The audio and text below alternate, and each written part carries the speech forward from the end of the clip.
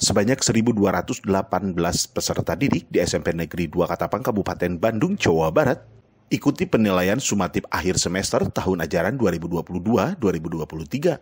Peserta didik di SMP Negeri 2 Katapang melaksanakan PSAS melalui Android.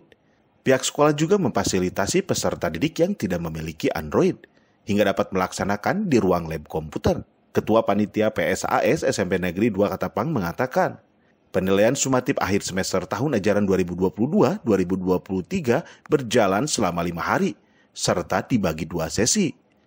Ia berharap penilaian sumatif akhir semester tahun ajaran 2022-2023 agar dapat lancar dan sukses.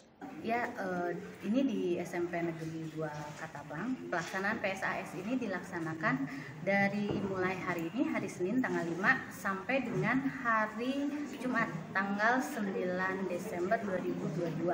Pelaksanaan kami PSAS di sini itu berbasis Android. Jadi semua anak-anak menggunakan Android 100%.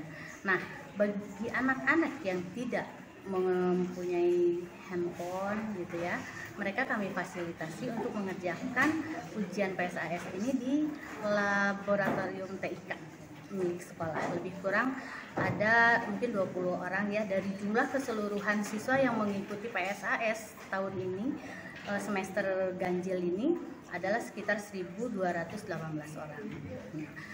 Secara teknis pelaksanaan PSAS kami bisa berjalan lancar. Hanya seperti hari ini mungkin kebetulan. Hari ini hujan besar banget sampai aliran listrik mati. Mungkin kendalanya ini.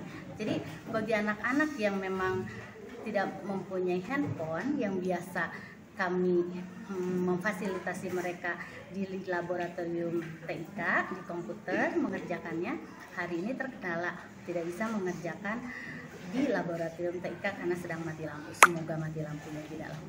Mungkin hanya itu. Widi Herian mengabarkan, Hadas TV, Kabupaten Bandung, Jawa Barat.